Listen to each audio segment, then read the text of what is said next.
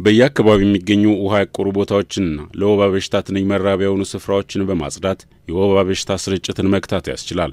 በየጊዜው የጽዳት ዘመቻዎች ላይ በመሳተፍ የጥንቃቄ እርምጃዎችን በማከናወናቸው ከዚህ ቀደም በከተማው አሳሳቢ የነበረው የወባ በሽታ ስርጭት አሁን ላይ እየቀነሰ መምጣቱን የጅማ ከተማ ነዋሪዎች ገልጸዋል። አካባቢያችንን እያጸዳን ነው። በአካባቢያችን ያሉትን ቆሻሻዎች በህብረት ወጥተን ሰብስበን እያቃጠልን ነው። እነዛ ውሃዎችን አቅማችን በቻለ መደፈን ያለባቸውን በእኛ አቅም እየደፈን ነው። ከኛ አቅም በላይ ደግሞ የሆኑት እርዳታ የምንፈልገው ትልቅ ቦታዎች አሉ።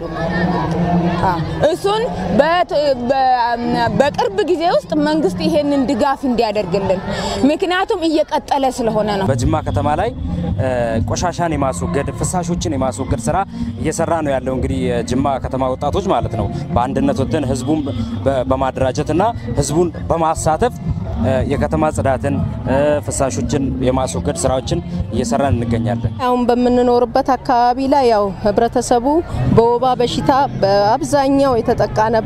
ከተወሰኑ ወራት በኋላ ግን የተለያዩ ለህዝቡ ትምርቶችና ስልጠናዎች ተሰጥቶ ህዝቡ አሁን አካባቢውን በማጽዳት እነዚህ ያነቆሩ ውሃዎችን እነሱን በማፋሰስ ኬሚካሎችን በማስጨመር የተለያየ ነገር በማድረግ ህዝቡ ትብብር እንዲያደርግ እንዲሰራ በዚህ ላይ ህዝቡን አነሳስተናል።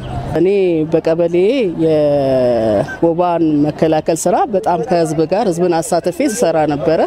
ያንንም ሰራ የነበረው በአካባቢያችን ላይ ያለ የውሃ ማቆር ስራ በፖሴት እንዲጠቀሙ ያንዳንዱ ሰው በየውሃ ፍሳሽን አገልግሎት በራሱ መክደን እንዳለበትና ማጣሪያ አድርጎ ፍሳሽን በዛው ደረቅ ቆሻሻን በእቃ ያደረገ ወባን እንዲከላከል አስተምረናል።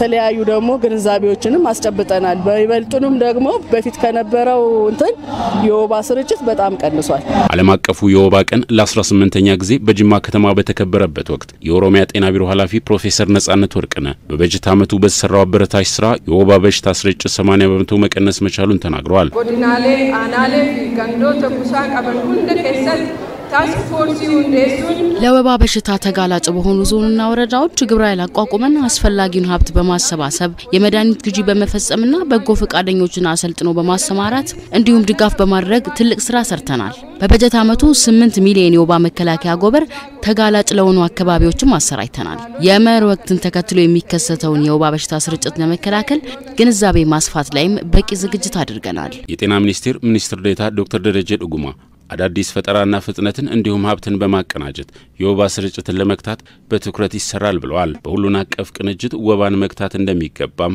በዘንድሮ ዓለም አቀፍ የወባ ቀን ተመላክቷል።